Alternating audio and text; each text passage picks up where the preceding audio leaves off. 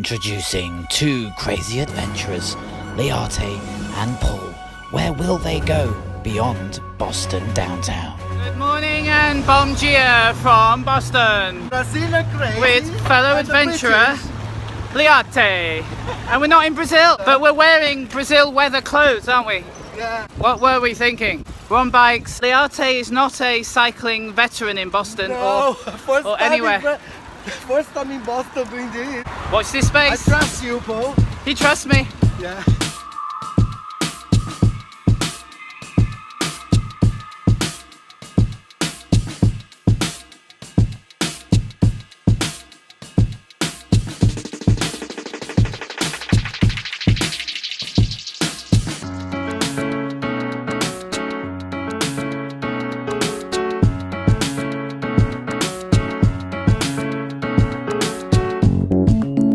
And from Newburyport train station, it was a very pleasant 1 mile cycle, just 10 minutes into the town centre. One of the first buildings to catch our eye was the old Customs House, a very important building back in its day, as the Assistant Director Jason Roberts explains. You're standing in probably one of the most important and historic buildings in this area and probably in the beginning of the United States. What you've got here is an 1835 custom house after the Revolutionary War, when the colonies defeated the King of England not to pay taxes on various things. Right. And they won that war, didn't they? Can I ask you, is that part of that history captured in Fort Revere around Hull and Hingham? Not only there, but you've got to think in every city and every village and every town it's captured there. Okay. That'd be a lovely place to really get. In Massachusetts. Precisely. Okay. But even in New Hampshire, even in the Carolinas, this war was spread up and down the seacoast line here. And Newburyport was actually building ships prior to the war. Then they were selling to the British at that time. When the war came, they were building for the new American fleet. In fact, the privateers came about because merchants who owned the ship realized they didn't have a navy to fight the English, and they gave their ships to battle the English, and they lost thousands of ships throughout that war. Right. So it was devastating. But this building here is actually a bit of a high point for the new Americans. You've got to think that, yes, we've got Coast Guard rooms, so rather large bell that people can ring, so if anyone wants to come in and ring it, please do. Yeah. So you're standing in the 1835 Custom House, which is essential in helping the new Americans derive financial revenue for their new country. So you say the building's fireproof? That's right. So you've got, this building is rather incredible. It's probably one of the first 2 or 3 fireproof buildings in the United States. Right. You're standing in the epicenter of the Great Fire of 1811 in Newburyport, Massachusetts, to which 255 buildings were destroyed behind me here. After that, it was mandated that federal buildings, which this was, the Collector of Customs was appointed by the President of the United States, had to become fire and protected proof. Right, okay. You're, as I say, standing in a fortress of granite, brick, and sand. Presumably that would make it earthquake-proof as well. You don't get a lot there, but I tell you, there's nothing that would bring this down except one thing: human beings. So you've got this fortress standing the test of time, weather, fire, nothing brings it down. But in the 1960s and 70s, in this area, the threat of urban renewal, which is a ghastly concept. So you're taking down historic buildings and replacing them with modern buildings, which is supposed to help the community.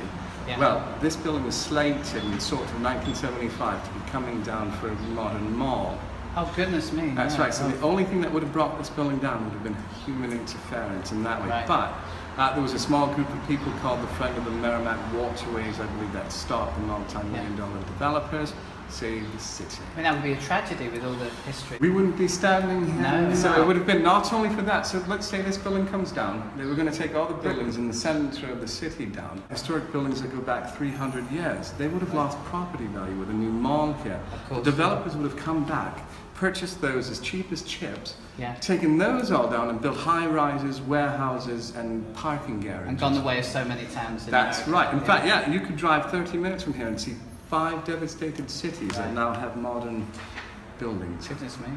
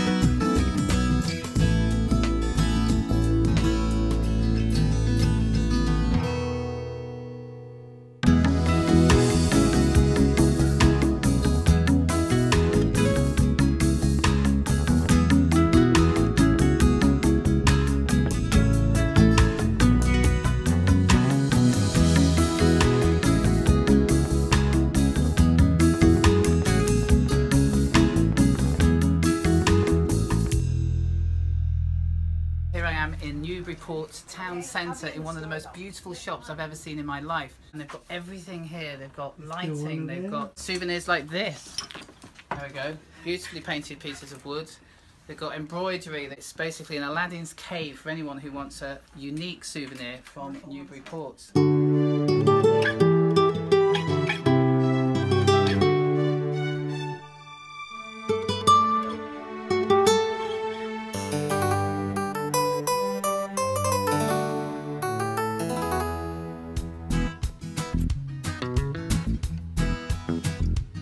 And then we got a bit peckish. It was time for lunch, so we decided to head 3 miles east to the irresistibly sounding Bob Lobster.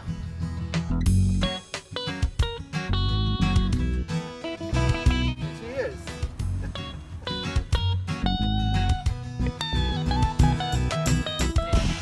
Now, you might have heard of Bob's Burgers, but have you heard of Bob Lobster?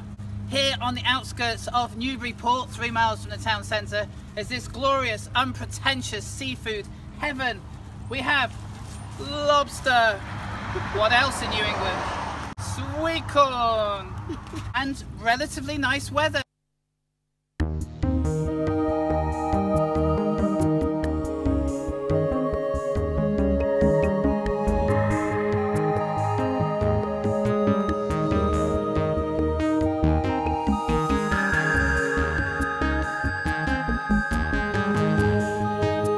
And to wrap up our fantastic day trip, we took a ride through Boston Common on the way back to our hotel.